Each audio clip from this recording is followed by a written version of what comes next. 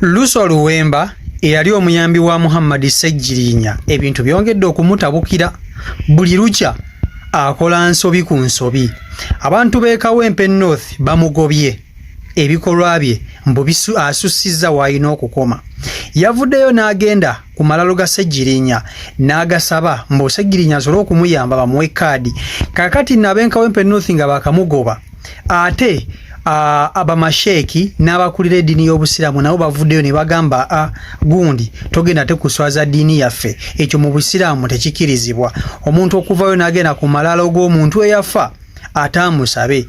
Omuntu omu yekka yagaba era nga ye Allah subhanahu wa ta'ala. Kati gogenda ku mufu ataakuwe nga naye bwe yali afa yasabanga Allah amuwe, govayo oti ate n'ogenda ku malalo ge mbw ate yaba akuwa. Jjukira Luso Luwemba ono okwetuma erinnya lya Muhammad kyaviira ku Ssejjirinya okufa, nga bwe yagala okwesimbawo yayagala yetume erinnya lya Muhammad mbw asobole okuddira Ssejjirinya mu bigere erinnya lya Muhammad lyali lya Ssejjirinya. Ekyo mukimanyi bulungi nnyo. So abasiraamu bavuddeyo nga bakambwe eri Luso Luwemba. Ebintu bya Luso Luwemba nno buli lukya byongera kuddugala. Kaadi buli lunaku eyongera kusemberayo gyali. Newankubadde agyagala nnyo, newankubadde abafamire ya Ssejjirinya bagimwagaza nnyo, naye buli lukya eyongera kusemberayo. Kasooke nkutuuseeko abasiraamu owulire bibagambye Luso Luwemba era bamugobye mu busiraamu. Bamugambye ekimala kimala tukumaze, va mu ddiini yaffe, ekyo tekikkirizibwa. Video nkusaba ogimpereka like information enesobola okuba etambula ku speed eyawagula etuuke eyo nayo gyeyina okuba nti ate etuuka. Bamasheki baabo nga banukula Luso Luwemba. Naye ekikolwa ekyakoleddwa omwami abadde ayitibwa Alex kati ng'essaawa eno ye Muhammad Luwemba si kikola kya busiraamu, era mu miteeko egikyasinza okubeera eminene ennyo egy'obushiriku egy'okweraguza, ogwo muteeko munene. Kuba Nabbi Muhammad sallallahu alaihi wasallam yagamba la taj'alu qubula anbiya'i, temuddiranga entaana z'abannabbi bammwe agana nabbi, temuzifuulanga ekyokusinza.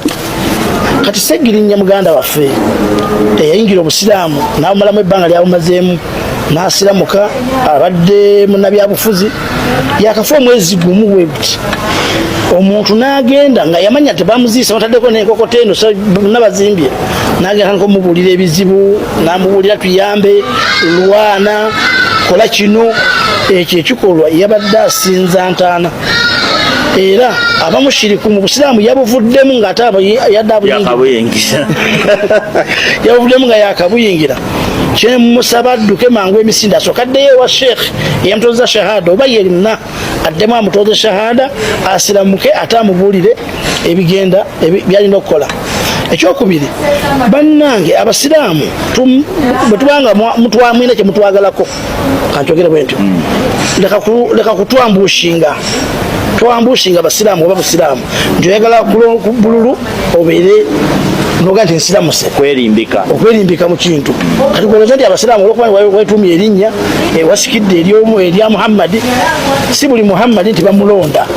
Ko nange nze Muhammad, nange bwe nagende kambi tebajja kulonda olwokuba nti oli yadde Muhammad Ssejjirinya, naye kawetume Muhammad Luwemba, nange netume Muhammad Kalanzi, bo banoonya linnya. Waliwo ebisaanidde, ebisaanyizo. N'olwekyo omuntu kigambo omusajja kyeyakoze n'alinnya emmotoka n'agende oba kaddugala eyo gyeyalaze Masaka ng'ava e Kampala ne banne be yagenze nabo bonna, ekikola kye baakoze ku ntaana nga bwe nkirabye, kufukamira, kwogera bigambo bingi, fuba nnyo tumalize pulojekiti zaffe.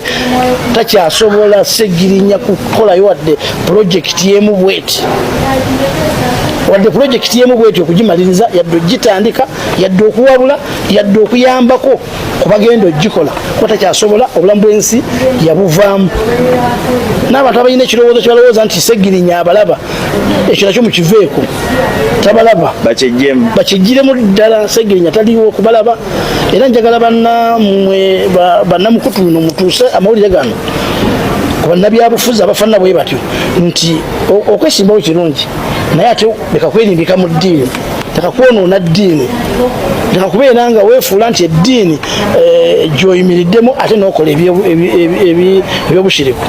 Waliwo abasiraamu abalina enkola ey'okusaba entaana babayita basuufi, kika ky'abashiya abayitibwa abasuufi. Fe abasiraamu aba ahali sunna wal jamaa tetusaba ntaana, tetusinza ntaana, tetulwaba nsonga yonna eri ntaana kwoyo yafa oba kitaawo, tugenda na Madiina kuwaaba nsonga eri nabbi.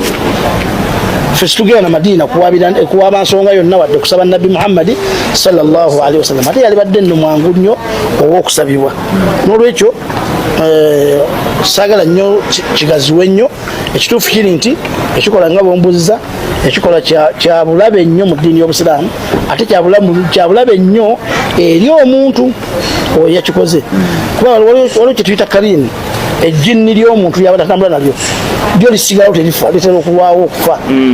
Kati lisobola omwambala nelimukozesa nelikola kye lyagala okusobola okwonoona ate abalala bangi nga bagamba Segirinya yagambye, Segirinya yatuloosezza, Segirinya yalonze, Segirinya atugenda okugenda ewa Bobi Wine abagambe nti oyo gwempanzeeko eddusu.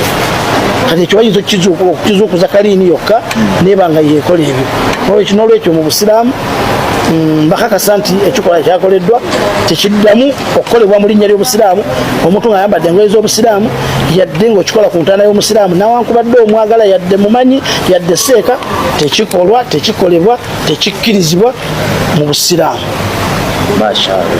Obubaka agenda bufuna n'abalala kati bonna mpulidde line-up yabaddeko n'obamu n'omuwalimu basomye line-up y'abantu bangi nga kuliko abasiraamu abawera bonna balina okuddamu bakubasha naddala oyo omuwalimu oyo yabaddeko oyo yabadde abakulembedde oba yabadde abawabula yeetaaga kuddamu shahada yaviire ddala mu Busiraamu completely yabuviiriddemu ddala awamu n'ekyo nga teyanywedde mwenge teyalidde embizzi teyagenze mu kkanisa n'ekikola kye yakoze kinene nnyo nnyo wafaana n'ebintu byesagala kugeraageranyako naye kinene nnyo ku kikola kye yakoze mu Busiraamu.